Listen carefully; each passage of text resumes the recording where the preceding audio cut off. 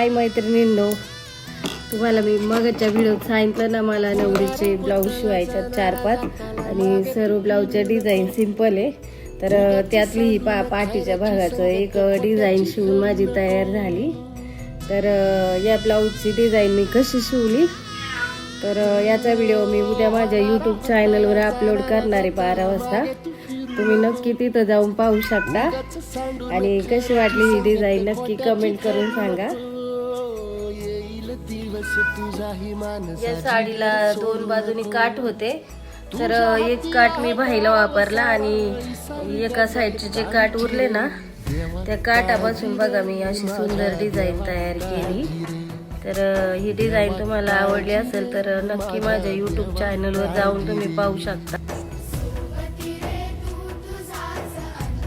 Thank you.